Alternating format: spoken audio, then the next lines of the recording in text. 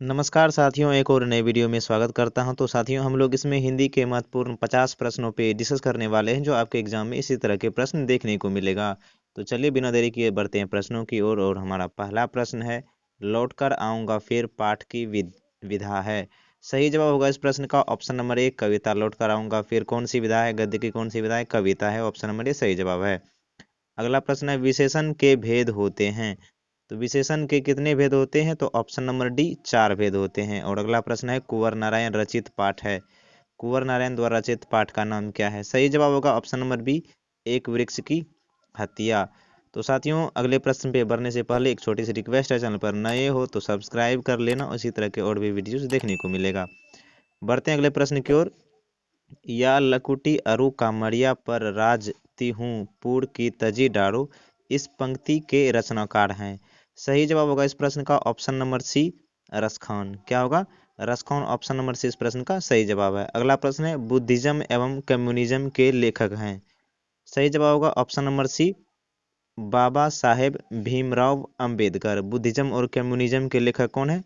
Doctor Bhimrao Ambedkar हैं। और अगला हमारा सवाल है, संख्यावाचक विशेषण है। संख्यावाचक विशेषण है। सही जवाब होगा इस प्रश्न का ऑप्शन नंबर ए, 4। संख्यावाचक विशेषण है 4।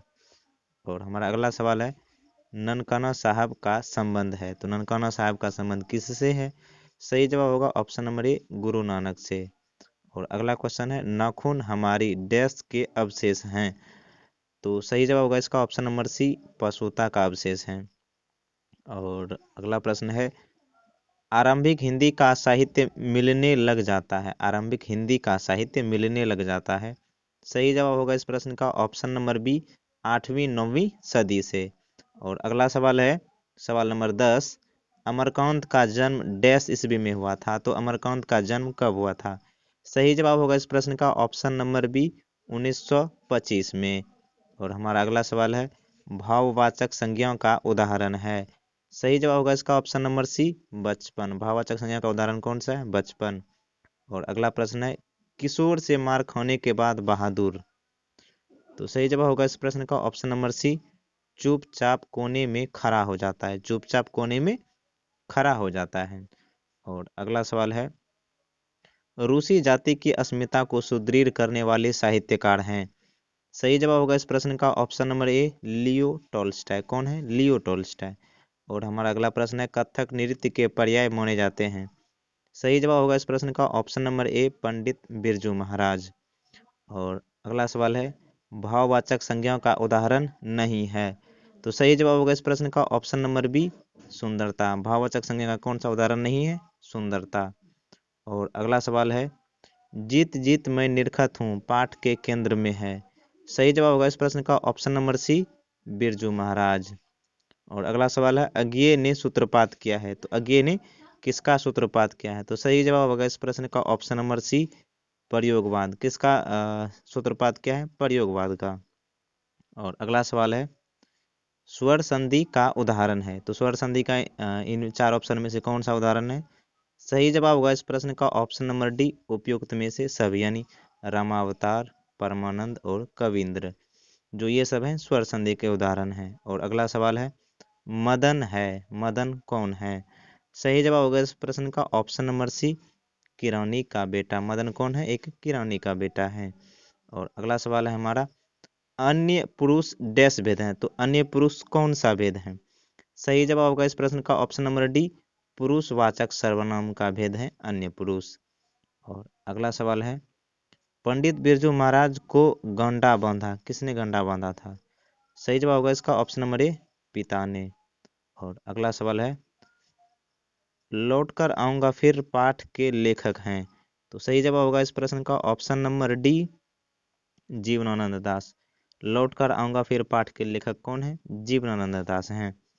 और नेक्स्ट क्वेश्चन है, जापान पर परमाणु बम गिराया। तो किसने गिराया था? सही जवाब होगा इसका ऑप्शन नंबर बी, अमेरिका ने। और रोन नदी डैश में है। तो रोन नदी कहाँ बहती है? सही जवाब होगा इसका ऑप्शन नंबर बी, फ्रांस में। रोन नदी कहाँ बहती है? फ्रांस में। तो ऑप्शन नंबर बी सही जवाब है। और अगला सवाल है, द्विगु समास नहीं है।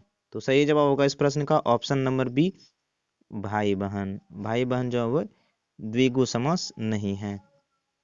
और हमारा अगला सवाल है, लेखक अपने पिता से मछली क्यों मांगना चाहता था? सही जवाब होगा इसका ऑप्शन नंबर सी, कुएं में पालने के लिए। और कविता में नहीं है, कविता में नहीं है। तो सही जवाब होगा इसका ऑप्शन नंबर डी, शिक्षा और संस्कृति। कविता नहीं है। तो अक्षर ज्ञान कविता है, हमारी नींद कविता है, और स्वदेशी जो है वो कविता है। तो शिक्षा और संस्कृति यहाँ पे हमारे पाठ्य पुस्तक में नहीं है। शिक्षा और संस्कृति कविता नहीं है। और अगला सवाल है, मोहारा नदी शहर से दूर थी। मोहारा नदी शहर से कितनी दूर थी?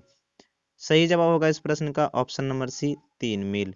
और हमारा अगला प्रश्न है, राजदूत में है, तो राजदूत में कौन सा समास है? सही जवाब होगा इस प्रश्न का ऑप्शन नंबर ए, तत्पुरुष समास। राजदूत में कौन सा समास है? तत्पुरुष समास। अगला सवाल है, आविन्यू डैश डैश नदी के किनारे अवस्थित है। तो आविन्यू किस नदी के किनारे अवस्थित है? तो वो रोन नदी के किनारे है। तो ऑप्शन नंबर बी यहाँ पे इस प्रश्न का सही जवाब है। और अगला प्रश्न है हमारा, गिरधर लाल है, गिरधर लाल है। सही जवाब होगा इसका ऑप्शन नंबर सी, मदन का पिता। मदन का पिता कौन था? गिरधर लाल। और अगला सवाल है, संतु डैश डैश के मारे कांप रहा था। तो सही जवाब होगा इस प्रश्न का ऑप्शन नंबर ए, ठंड के मारे। अगला सवाल है, बहुव्रीहि समास में, तो बहुव्रीहि समास में क्या होता है? तो बहुव्रीहि समास में होता है ऑप्शन नंबर डी, कोई पद प्रधान नहीं होता है। बहुव्रीहि समास में कोई भी पद प्रधान नहीं होता है। तो यहाँ पे ऑप्शन नंबर डी इस प्रश्न का सही जवाब है। और अगला सवाल है, मैक्समूलर के अनुसार सर्वाविध संपदा और प्राकृतिक सौंदर्य से परिपूर्ण देश है। तो सही जवाब होगा इस प्रश्न का ऑप्शन नंबर डी, भारत। और कमरुद्दीन का जन्म डैश में हुआ था। तो कमरुद्दीन का जन्म कहाँ हुआ था? सही जवाब होगा इसका ऑप्शन नंबर बी, बिहार में। और हमारा अगला सवाल है, व्यंजन संधि का उदाहरण नहीं है। तो सही जवाब होगा इसका ऑप्शन नंबर ए, पुनर्जन्म। और बिस्मिल्लाह खां के परदादा उस्ताद सलार खां हुसैन कहाँ के निवासी थे? सही जवाब होगा इसका ऑप्शन नंबर ए, डुमराव के। कहाँ के निवासी थे? डुमराव के निवासी थे। तो ऑप्शन नंबर ए यहाँ पे इस प्रश्न का सही जवाब है।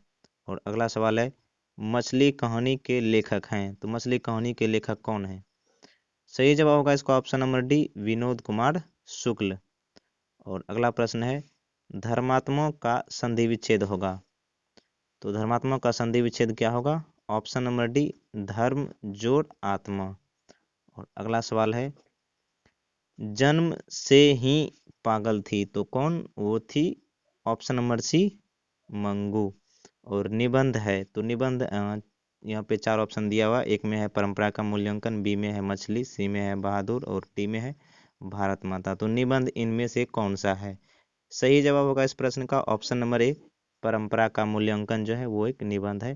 क्वेश्चन नंबर 41 का ऑप्शन नंबर ए सही जवाब है।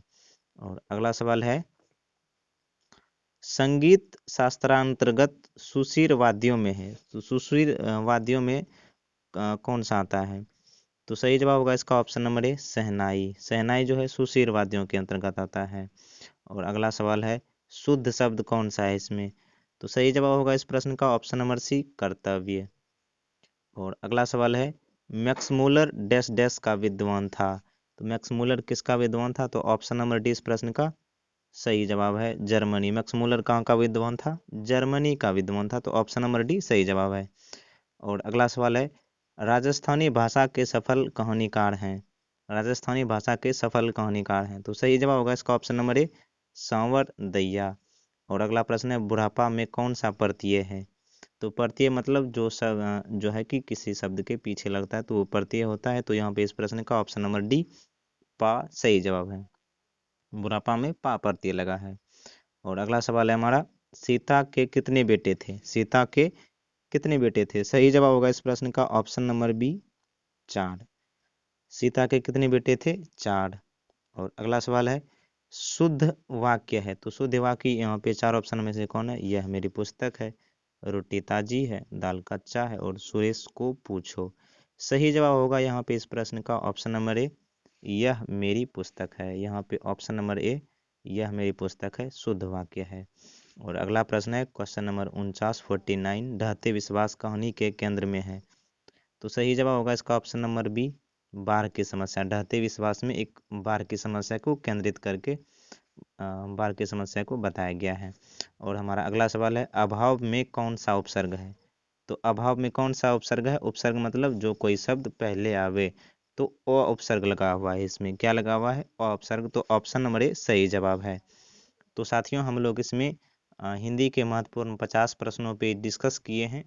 इस तरह के प्रश्न आपको एग्जाम में भी देखने को मिलेगा। तो मिलते हैं इसी तरह की एक और नई वीडियो में, तब तक के लिए पढ़ते रहिए। जय हिंद, जय भारत, वंदे मातरम।